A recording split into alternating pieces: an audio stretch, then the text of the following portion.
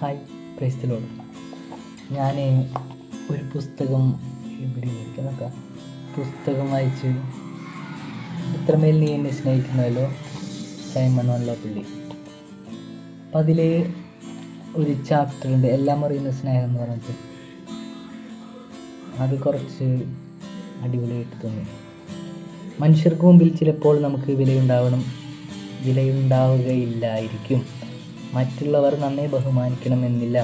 ഏറ്റവും അധികമായി നാം സ്നേഹിക്കുന്ന വ്യക്തികൾ ചിലപ്പോൾ നമ്മെ പ്രിയങ്കരായി കണക്കാക്കണമെന്നുമില്ല. പക്ഷെ ദൈവത്തിൻ്റെ സ്നേഹം നമ്മെ വിലയുള്ളവരാക്കുന്നു.